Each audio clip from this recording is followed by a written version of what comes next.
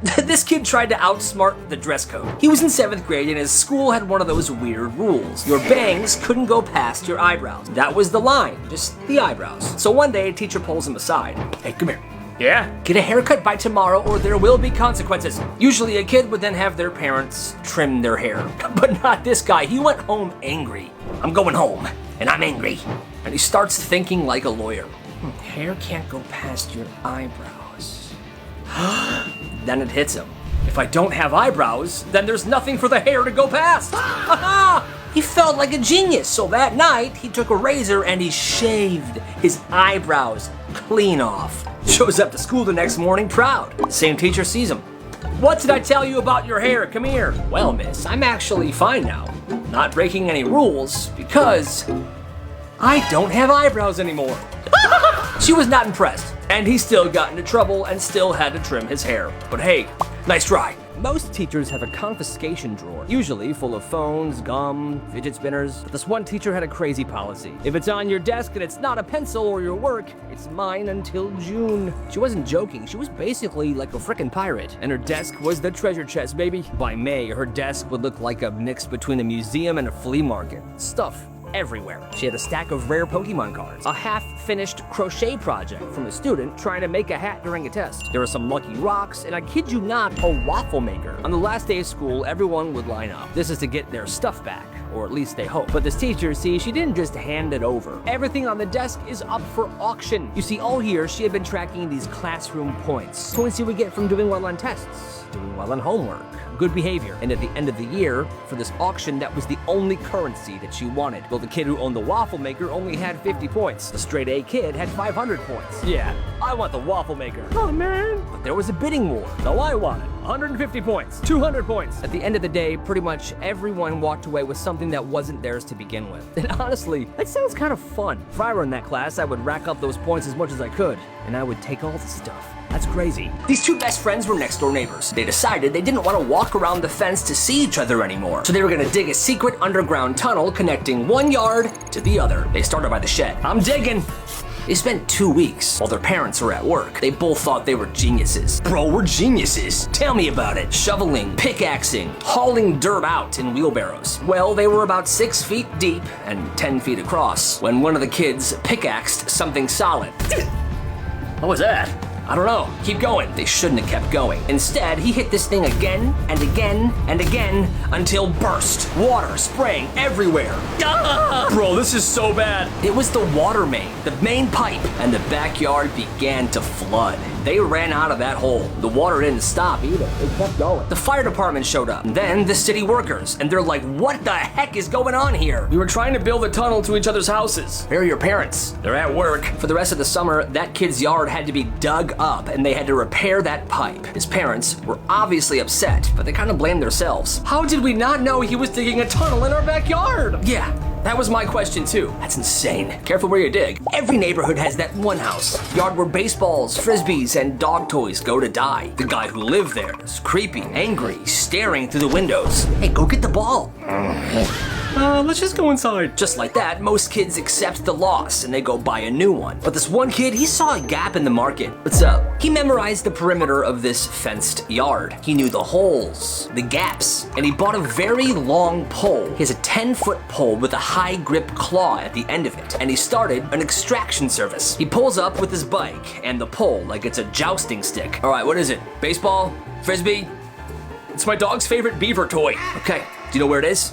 No. That's fine. I'll use my drone. He had a drone with a camera so he could see above the yard to where the thing that needs to be extracted is, and then he would get to work. Okay, it's at this corner right here. I have the pole.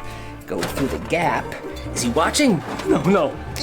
Got it. But he didn't do it for free. Depending on where in the yard it was, it could be $5, $10, or if the old man was right there watching, $20 because of the risk. But people usually paid. He didn't make bank, per se, but he made some good money, and he was a hero to a lot of neighborhood kids. One month he made $100 just by getting things that people were too scared to get themselves. I'd say it's a fair business because there's no way the old man would ever give those things back because he's just crazy like that. And so I say, gotta respect the hustle. Every school has was that one kid who was super talented at something random. At this one school, his name was Marcus, and he was amazing at flipping water bottles, but not the normal way. He was able to flip these water bottles and have them land on their cap on crazy surfaces, like the edge of a chalkboard. Watch this. Nice. He made it look so effortless that this one kid in his class wanted to try it for himself. It was study hall, very quiet, and he's sitting there. He's got a half-empty Gatorade bottle, and he's thinking to himself, this is my chance. I'm gonna flip this bottle, land it on its cap on the teacher's desk. You see, Marcus was in this study hall as well. Oh, this kid went for it, gave it a flip. Marcus is gonna be so impressed. Here we go. It was like slow motion. Flip, flip, flip. But suddenly, the cap fell off. He didn't tighten it enough. And this Gatorade just spills all over the teacher's desk. What the heck is your problem? He panicked. Marcus did it, Marcus said. But no, I didn't, bro. The teacher said, yeah, I don't believe that. Marcus is a god at flipping bottles. The teacher knew how good Marcus was. He didn't believe this kid for a second. I'll take myself to the office. Yeah, that's a good idea. Tough break. Meet Johnny. Johnny thought he was the smartest kid in the 7th grade. He spent all Monday night practicing his fake stomach pains. Ooh. Something kind of hurts. I hope I'm not getting sick. I hope you feel better, sweetie. Well, it works, because on Tuesday morning, his mom fell for it. Oh, Mom, the pain is worse. Oh, my poor baby. Well, I'm heading to work. I'll call you into school. Stay home. Get some rest. Okay.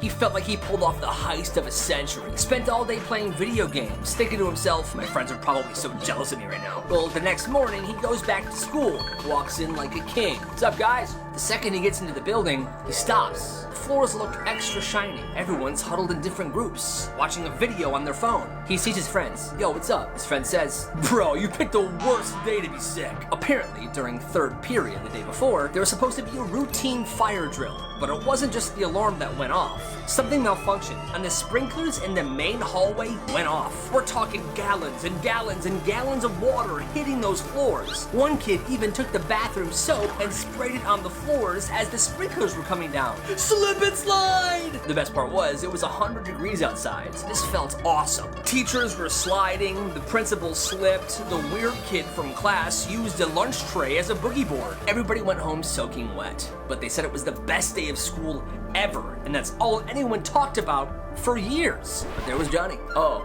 that sounds fun. It was amazing. Hope you're feeling better, by the way. Oof.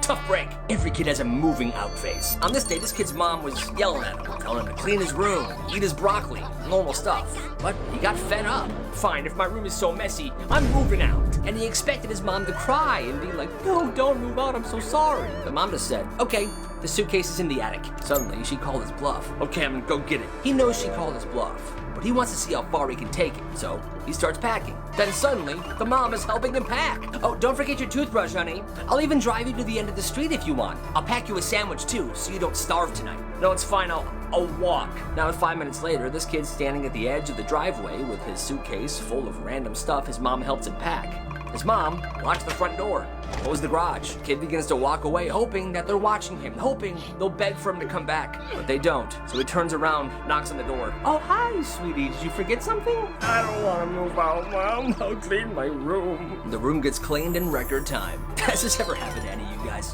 When she was a teenager, her dad was driving her to work at Dairy Queen. They're in the car. All right, sweetie, this is gonna be a good day. Ugh, I hate working. It's a normal ride so far. Then, out of nowhere, this woman cuts them off on the road. Most people just honk and then move on, but not this dad. He locks in and he chases her down. They finally get to this red light. He pulls up to the right of her, rolls his window down, and leaps out of the car right under her windshield. Apologize to me right now! Apologize to me right now! Screaming, flailing, right on her windshield. Now, he didn't put the car in park, so you know when you're not driving, the car just goes by itself very slowly. So this girl is in the car, her dad's on somebody else's car, and the car is just rolling slowly into the intersection. So she has to put her foot over the driver's seat and press the gas herself. Once her dad calms down, he gets back in the car and drives her to work like nothing happened. Have a good day, sweetie. Later that night, when everybody's home, they get a knock on the door while they're watching TV. I'll get it. It's the police. Hi, is your dad home? Dad? You're going to jail. And he was arrested. Makes sense. Freaking bus drivers. Mr. Miller was the kind of bus driver who looked like he hadn't slept since 2004. He didn't care about your safety, he only cared about his blood pressure. And if you broke rule number 1, the whole bus was going down with him. It was 8 a.m. and somebody had the audacity to crack a window to get some air. Well, Mr. Miller hit the brakes so hard, kids in the front row nearly smacked against the windshield. Are you serious right now?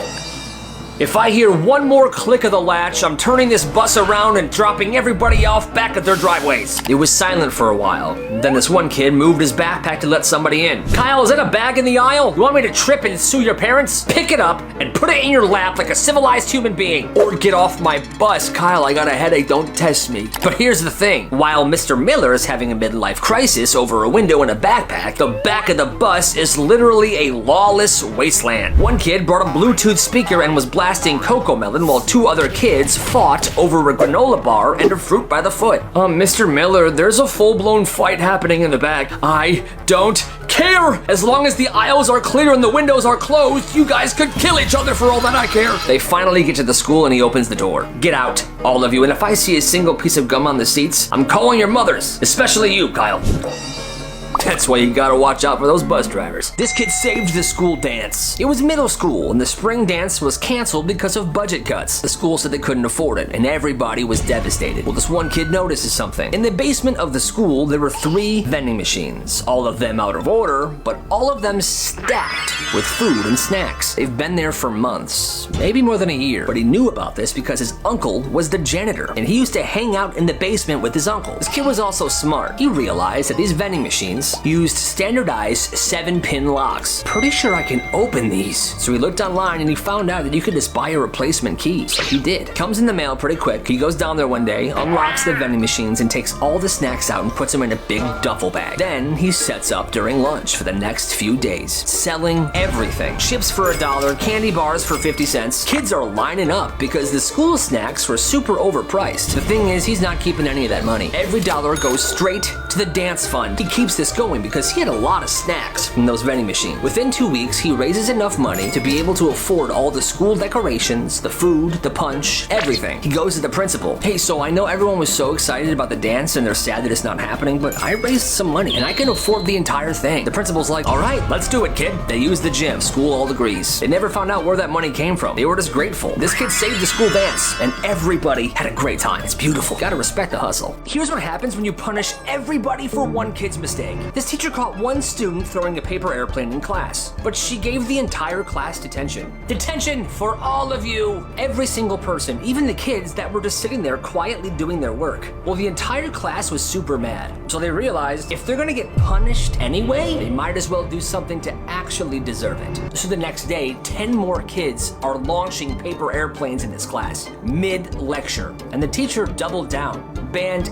everybody from the upcoming field trip that they've been waiting for months. That's it, field trip is canceled. Now, yeah, that did suck for them. So now at this point, the entire class had nothing to lose. So by week 3, it was basically a rebellion. Every student would take their turn disrupting class, coughing loudly, pushing books off the desk, paper airplanes, humming, spitballs. The teacher kept getting angrier and angrier. I'm gonna fail each and every one of you. The good kids who had perfect records just stopped caring because they're like, this thing started off so unfair. The breaking point came when the principal walked in during a surprise observation one day and found absolute chaos. 27 students standing on their desks chanting, "We hate Mrs. Johnson, we hate Mrs. Johnson," over and over again while the teacher is, enough, sit down, I'm gonna call your parents, I'm gonna call your parents. Half the class was facing potential suspension at this point. The principal immediately removed the teacher from the classroom. They did some digging, parents demanded meetings with the school board, and at the end of all of this, that teacher was let go. Well, she retired. Because it turns out if you erase the difference between innocent and guilty, everybody just picks guilty, because at least that way you're having fun. That's nuts. He was 11 years old and he built the best sandcastle of all time. Yes, it's beautiful. It had walls, tower, a drawbridge. There was seaweed that was decorating it. It was pure art. Well, once he finished, he stepped back to admire it. And here comes this menacing teenager. Nice sandcastle, loser. And just kicks the crap out of it. Sandcastle completely destroyed. Yo, what the heck? The teenager left. This kid was upset, but he decided to take action. So he rebuilt, bigger, stronger. And this time, he buried the heaviest, pointiest rock right in the middle of the sandcastle. Covered it perfectly. You wouldn't be able to tell it was there at all. And now this sandcastle looked even better than the first one. It's perfect. But as he suspected, the menacing teenager came by again. Oh, so you're just gonna rebuild it and think I wasn't gonna come back? The teenager pulled his leg back, he's getting ready, and he just kicks it. Remember the rock the kid buried in there? Destroyed this kid's foot. Oops, shouldn't have kicked it, man. The kid limped away, crying to his mom. Some people gotta learn the hard way. Hey, awesome. This school library charged 50 cents per page to print. This is freaking highway robbery. Students were furious, but the school did not back down. That's when one student decided to act on this. He bought a high-speed wireless printer, shoved it in his backpack, and he set up shop at the back of the library during his free period. He created a burner email address and he told everybody, email me your essays or whatever you want to print, it's 10 cents per page, no questions asked. And business was absolutely booming. Word spread pretty quick and his email was stocked. And he printed out every single order that came in. He was undercutting the school by 80%. He was making decent cash. He was like the frickin' Wolf of Wall Street of the library. Eventually the librarians caught on and they tried to suspend him actually. But he just said, if you suspend me, I'll make a huge deal about you guys charging 50 cents per page, and I'll take it to the frickin' news. Well, they kinda panicked, and they lowered the prices back to 10 cents per page. But that kid, what a legend. Freshman year, this kid dumped every single drop of soap on the floor of the boys' bathroom. Soap, soap, soap, soap, soap, soap, soap, soap, soap, soap everywhere. Yeah, it was a mess. There was soap everywhere. It was a slippery crime scene. You would think the janitor would come in, clean it up, they would punish whoever did this, and they would refill the soap. But that's not what they did. In fact, they took the soap out of every other boys' bathroom in the school, and they left all of the soap dispensers empty for 4 years. One kid makes a huge mess one time, and now every single boy at the school cannot wash their hands with soap. Yo, this isn't fair at all. It's actually disgusting. And whenever someone complained, the teachers were like, well, you can thank whoever made the mess the first time. And kids started bringing their own soap in their backpacks, but most people didn't. And that's when one kid decided to start a soap business. He bought a bunch of tiny soaps from the dollar store and he sold them for $1. So he wasn't making any profit, but he was able to provide soap to anybody that had $1. And to this day, pretty sure there still isn't any soap at that school. That's nuts. He robbed the teacher's lounge for months. In broad daylight during biology, he would leave class and walk straight into the teacher's lounge with so much confidence. He'd open the freezer, see what's in there, take an ice cream sandwich, open the fridge, take somebody else's lunch. If there were chips on the table, he'd grab like 7 bags. And he would literally nod at the teachers while he was taking their stuff. He was acting so confident, they didn't even question it. They assumed that he was there for a reason. That was the trick. And he would stand there having conversations. Mr. Johnson, your test was freaking brutal last week. I know I felt bad, but you did pretty good on it. You got a B, right? Yeah, it could have been an A though. I'm just gonna grab this and leave. Take care. Literally talking to this teacher while he's stealing another teacher's apple, banana, granola bar. And it worked for months until one day, one person decided to finally question him. It was the vice principal. Yo, what are you doing in here? All that confidence and swagger, and he never decided to think of a story of why he would belong there. So he was busted and suspended for 5 days. The biggest, burliest guy finds a baby squirrel in his yard. Oh my God, it's a baby squirrel. This dude's an ex-trucker, built like a linebacker. He hears a tiny squeaking sound in the grass. Hey little guy, come with me. I'm bringing you inside. He takes the baby squirrel inside and he begins to bottle feed it milk. Yeah, drink up, it's good for you. He carries this squirrel around in his shirt pocket, day after day, taking care of it, raising it. Well, one day he tries to release it back into the wild where he thinks it belongs. Go on. I said go on. But the squirrel refuses to leave. Every time he sets the squirrel down, the squirrel crawls right back up and sits on his shoulder. I guess you're staying with me. So he keeps it. Meanwhile, this guy also has 4 Pomeranian dogs. So this entire time, the squirrel was raised with these dogs. At night, the squirrel sleeps in the dog pile. When people come over, the dogs all race to the door, but so does the squirrel. Rufus, Spot, Marlowe, Steven.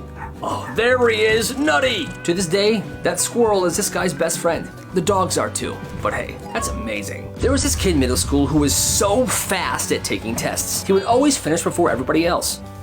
done. Math test, first one done. History quiz, sped through it. One day it was a Scantron test, and he finishes it in less than 10 minutes. It then gets graded, and the teacher comes over. Hey, you, nobody finishes a 60-question test in under 10 minutes. You cheated. I did not. The class is quiet. The two of them argue for a long time. The principal gets involved, and finally, fine, you know what? You stay after school, we're taking this test. Just you, me, and the principal in the same room. And what she does is she switches the answers on the Scantron, so it's different now. Well, after school, he sits down, he gets a different version of this test, and he goes. In 7 minutes, he's done.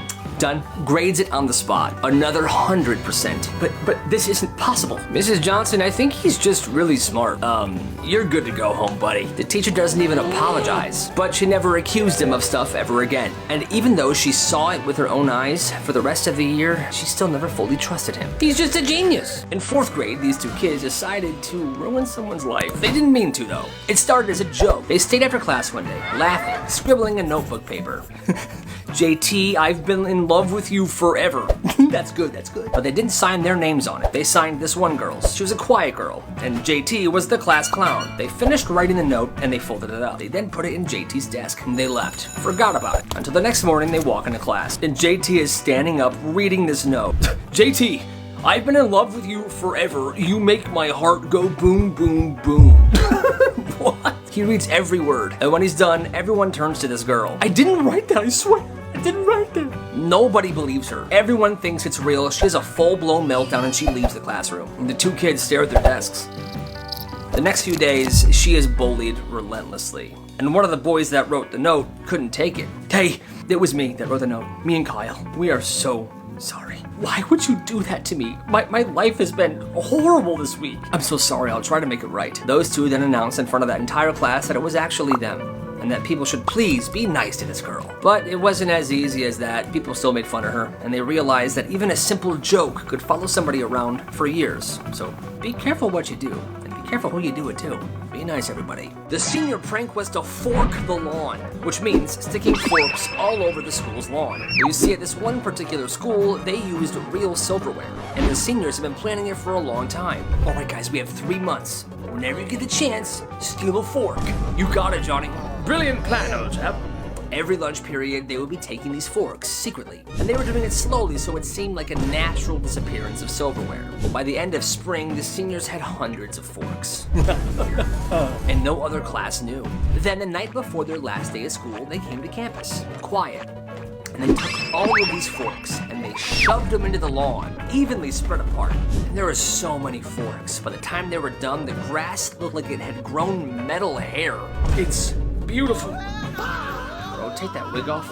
And the next day, administration went crazy. And the thing was, there was only one custodian left for that school year. This older guy. My name's Mr. Johnny. Hey, Mr. Johnny, can you please pull these forks out of the lawn? I don't want anybody tripping. Oh, okay. And then there he was, down on his hands and knees, pulling these forks out of the grass. Hundreds of them.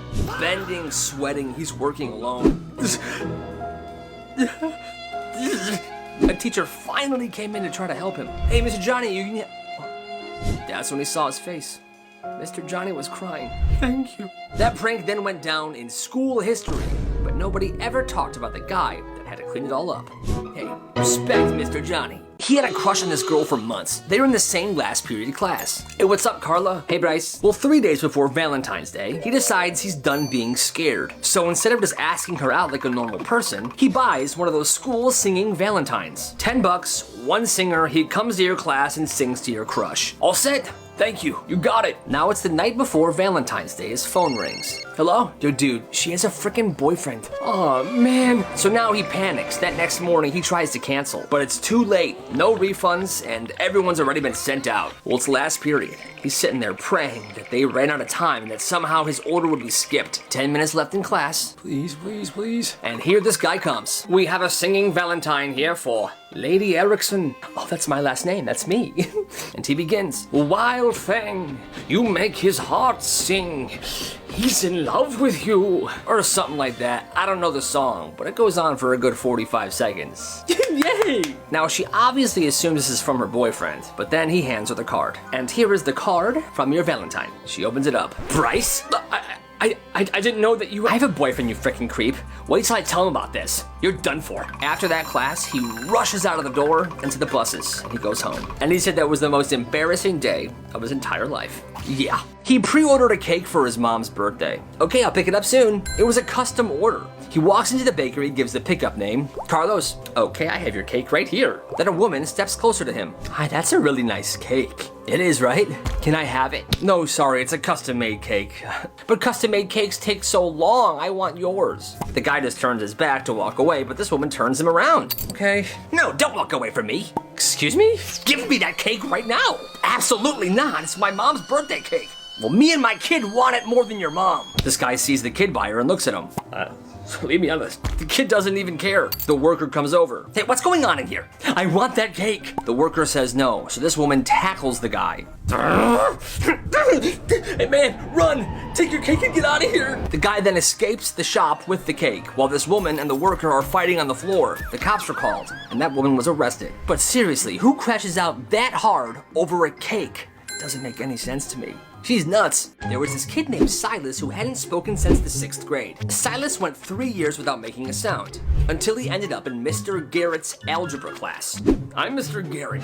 Now, Mr. Garrett was a notorious power tripper who loved picking on kids for no reason. Well, that particular day, he was really laying into this kid named Leo. Well, are you stupid, Leo? I asked you for the answer 10 minutes ago. Stand up. Sit down.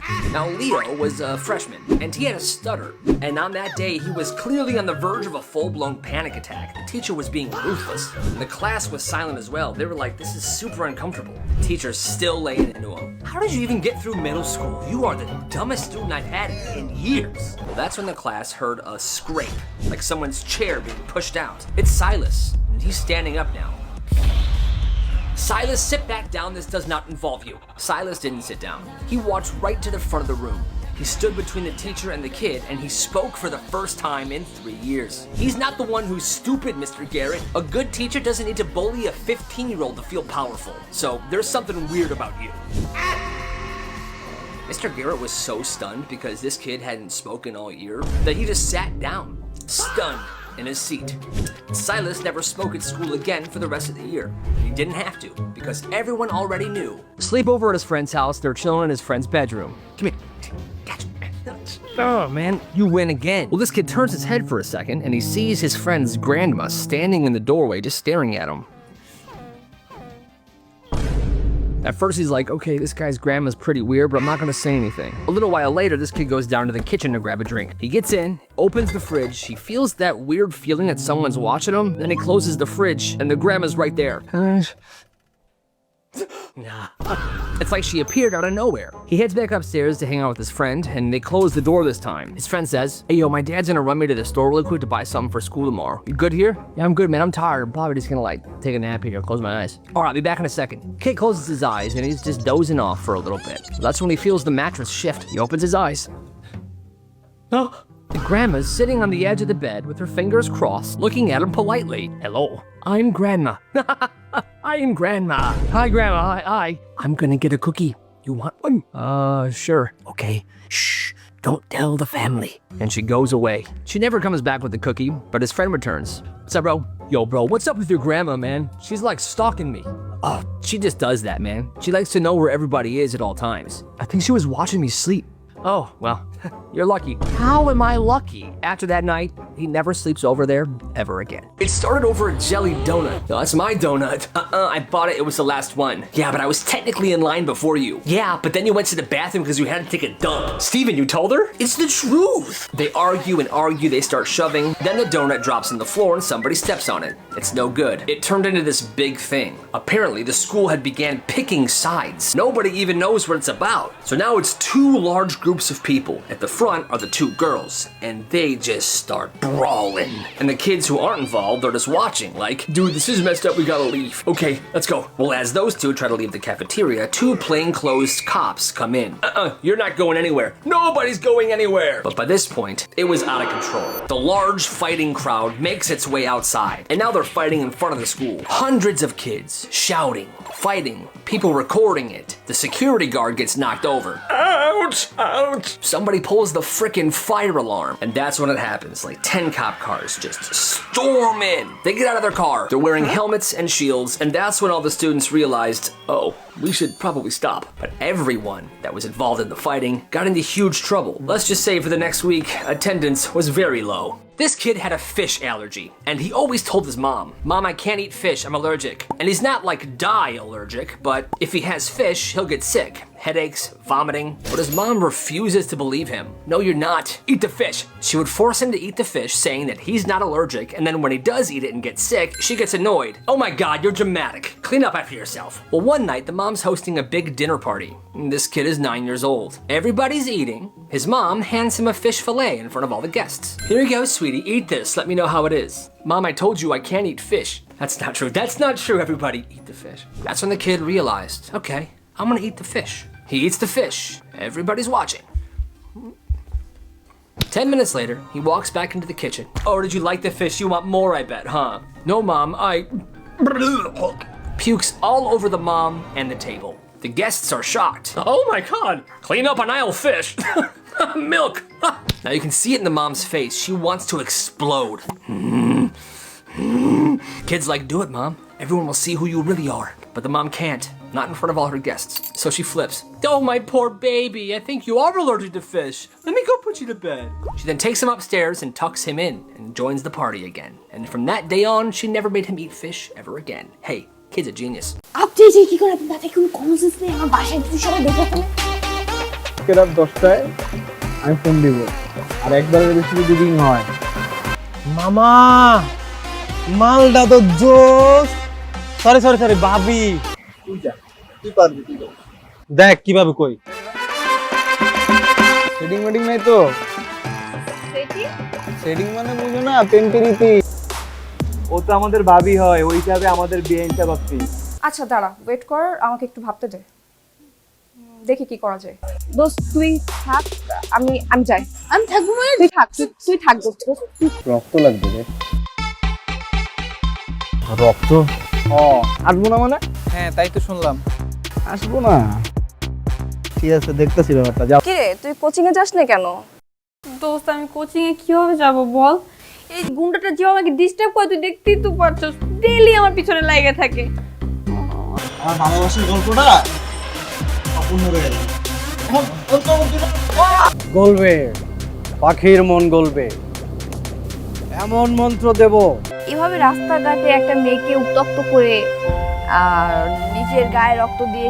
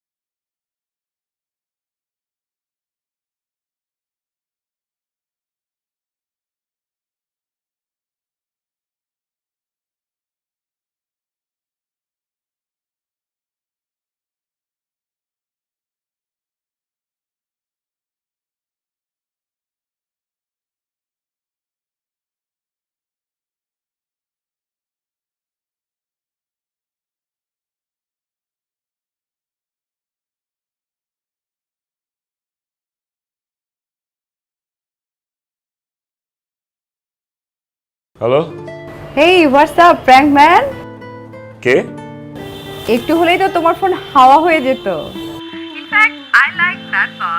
তুই তোর phone আর কোনোদিন পাবি না কেন তোর বাবা তো তোর ফোনটাকে একদম আসার দিয়ে ভেঙে শেষ এমনকি পানিতে চুবাইছে আউট অফ কিউরিওসিটি হয়তো দেখা করব but I am not that much easy always remember আজকে যদি তারা না থাকতো আজকে তোর দিতাম একদম এই খালি স্কার্টেন গার্ডেন এই যে আপু এসব গার্ডেন ফার্ডেন যায় না, আমার ভাই ব্রাদাররা আছে, আপনার একদম কামড়ায় দিবে। না না না ব্রো, এই যে আপনার ফোন প্র্যাঙ্ক ছিল ব্রো, চিল চিল চিল। রাকিব ভাই, আপনি এসআই রাকিব ভাই না? আপনার কথা আমি অনেক শুনছি। আপনি কিন্তু মানে বুঝের লোক। টেজে তোলেন। এই হোসেন আলী, ক্যামেরা আগেই কইছিলাম আমার বস ফেমাস। হ্যাঁ ভাই একটু যদি ধরতে দিন। হ্যাঁ হ্যাঁ শিওর।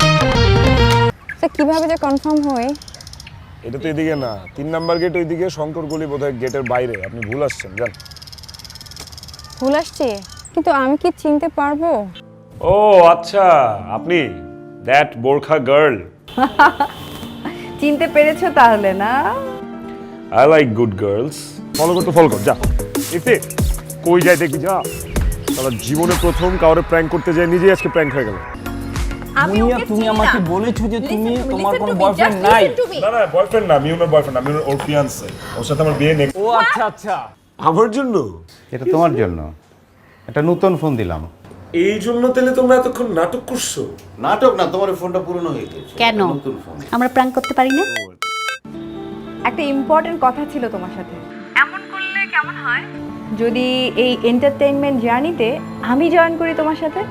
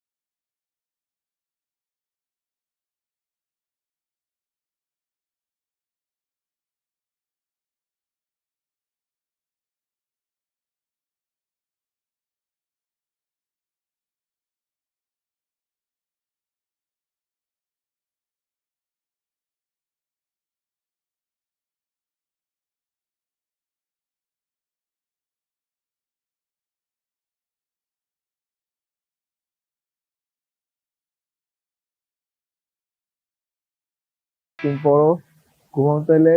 গুড নাইট আর বাই। সহজে কোনো কিছু পাওয়ার মজা নাই, কিন্তু আমগো দোষ জিসান কি কম। ও ভাবি লাগে বেটা, লজ্জা লাগে না? তুই যা।